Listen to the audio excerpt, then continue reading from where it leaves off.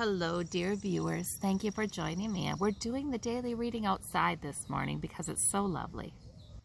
So I always ask you to choose the stone that draws you, the one that calls to you, and we'll begin.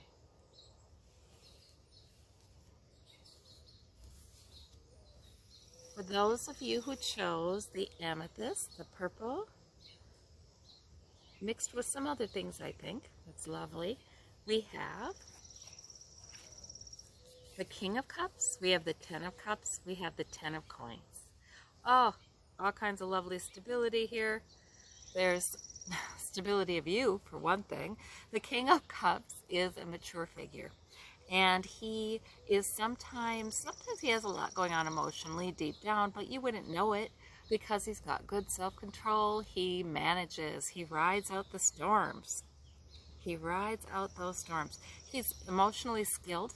He can understand other people's emotions, his emotions better. He's often the compassionate king. So that's wonderful energy you've got right there in the middle today. And we have two tens on either side. And you guys, I have to say, once in a while when that Ten of Cups comes, and once in a while when the Ten of Coins comes, I'm very clearly hearing that for some of you, this is about loved ones on the other side. And when we have them both, I have to say, this really could be about loved ones on the other side wanting you to know that your family is complete there. 10 is a completion card. The generations are there. Generations here too. They're there with you. They love you. They now understand things they didn't understand when they were here. And sometimes they just want to let us know that they're there with us. They can hear us. They will try to help us. So that is nice. For others of you, this is about just stability in general. The Ten of Cups is sort of like, well, and it's saying you are key to that. You are key to that. Your energy, your maturation, your abilities are key to providing some stability for those you care about. And whether that's keeping things generally emotionally kind of secure, which was the Ten of Cups, or financially secure on a practical level.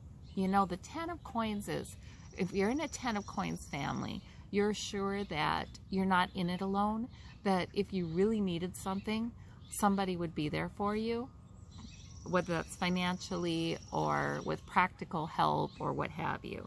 So there's lovely stability in all of this. So for you and for the people you consider family. And that in large part credit goes to you. So that's a wonderful reading of stability for anybody who's been worried about their family, and you chose that stone. That is really reassuring. Okay, for those of you who chose the pink stone, we have the Queen of Wands, we have the Knight of Swords, and the Chariot is your major arcana. That's the heart of your reading. Okay, so the Chariot is a time when things are just moving forward very quickly, seemingly of their own power, and that's just the way it is. You know, change. It can be something sudden, but it can be something small, it can be something big. A lot of times I feel like the Chariot lately has been coming out because it's a larger time of change for the globe, you know, and for everybody. So that may be coming out. But also, if it's specifically for your life, this may be something that is, yes, it's definitely bringing forward movement and change. It's not to be dreaded. It feels a little out of control, but a lot of times it brings you forward into a place that is brand new, where maybe you could accomplish some things or change some things you've been wanting to change. The Queen of Wands is wonderful, mature energy that's purposeful, that's knowing what her priority is, that's focused, that's full of life, physical life and passion as well. You know, purpose. Sometimes the word that keeps coming to me with that one is purpose. She knows, and she's not going to veer from her primary purpose. No way. And she's got a smile on her face. She's somebody who can enjoy herself in her own body. Now we have the Knight of Swords. So this can be somebody else in your life, or it can be a momentary kind of energy that is sort of like take charge kind of energy. Like, even if I have to really lay it on the line, even if I have to be kind of sharp verbally. So it can be that kind of take charge energy that's with you today. If you temper it with the maturity of the Queen of Wands, you can use that, and that's good. If this is somebody else's energy coming at you, I don't know if they're able to temper it with the maturity that they possess or not, but in any case, if somebody else's energy coming at you, then the Queen of Wands is, well, she's not going to really put up with it, but she's not going to engage with it either. She's just saying, well, basically the Queen of Wands attitude would be, you can be entirely certain you're right. You can be entirely certain this is what has to happen. But I'm in here. I'm in this thing for my priority because it fits with my major life goals, because I know what's important and I've spent my lifetime learning what's important, and I'm not going to just go with what you say, So that would be what the Queen of Wands would kind of say, I believe, in my opinion, to a Knight of Swords. So in other words, there's movement here. There's the Queen of Wands. There's that energy able to stay true to her purpose and make sure that movement serves her and her goals. And there we go. That's an interesting reading. Okay. For those of you who chose the greenstone, we have the Three of Cups. We've got the Emperor. We've got the Ten of Swords. Well, gosh, this is interesting. You've got a little bit going on, and once in a while you see this. Okay, so the Emperor is a very mature figure. The Emperor knows what's right and what's wrong. The Emperor is really take charge, kind of, but for the greater good. It's not a selfish kind of take charge. It's more like there's right, there's wrong, there's rules, there's cause and effect. If you do this, you get that. There's things you can't argue with. The Emperor would be the one to be the calm voice to say, calm but sometimes stern voice to say, this is the way it's got to be for everyone's best interests. And people will listen to the Emperor because he's got that reputation of being sort of a protective, fatherly figure. Or motherly figure.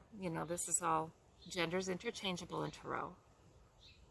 So there's something, this energy may be in you. It may be coming up to say something's got to end with this Ten of Swords. It may be about, okay, I am kind of done with this pattern, or the way things are, or maybe it's somebody saying negative things.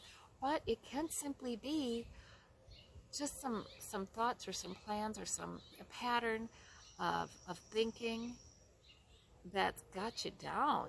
It's kind of, you're done with it. It's just kind of, no, I'm not doing that. That's sometimes the Martyr card, where it would be the thoughts. These swords would be thoughts that you're responsible for this, you're responsible for that, or you have to do this, you have to do that, that kind of thing. Sometimes it's time for that to be completed. It's time for that it's sometimes emotionally devastating or emotionally really hard on you.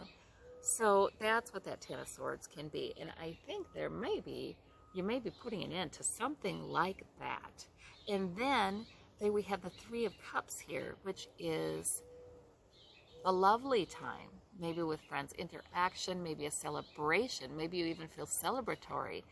Maybe there's something here that you have decided you're going to put up with for a while till it's completed, some sort of goal, and you're able to complete that and then celebrate. The energy shifts.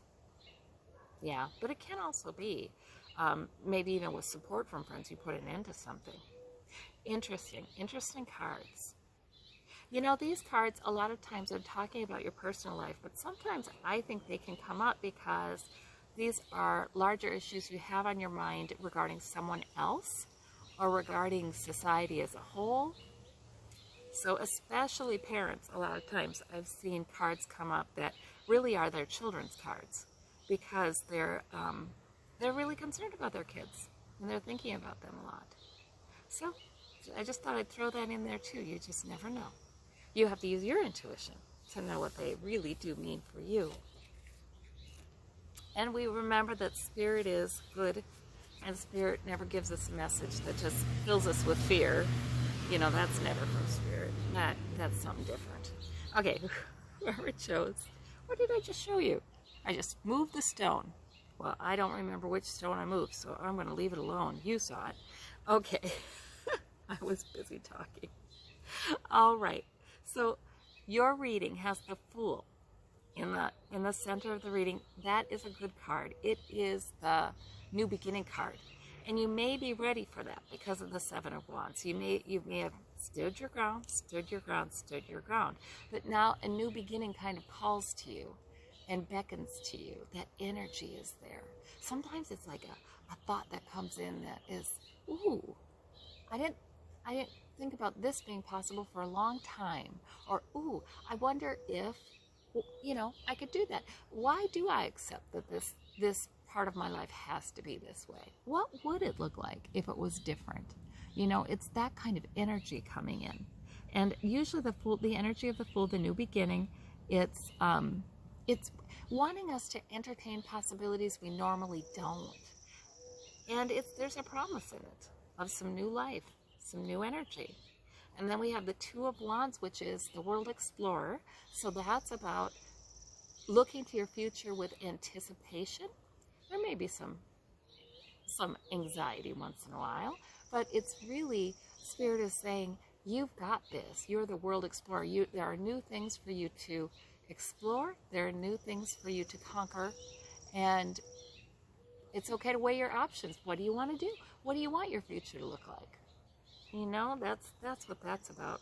Once in a while this comes up too when there are two main priorities in your life. Wands can be priorities, they can be goals. And you'd like to see both of these goals develop in a certain way. And today you're going to focus more on one of them than the other, and that's okay too. So this is interesting. It may feel like something is pushing you to consider a new beginning. And you know what? When that kind of thing happens, you're standing your ground. There's no danger for you to not stand your ground. You're obviously very strong, very purposeful about what is important to you. But the thing is, while you're standing your ground, you may have some idea like, but why? Why? You know, maybe there's something better. Maybe there's a new way. So that's where the Fool energy comes in. But that's good energy and promise, and this is about having options and having abilities. So this is a good reading. Well, I thank you all so much. I hope you have a wonderful day, and I'll talk to you tomorrow. Bye-bye.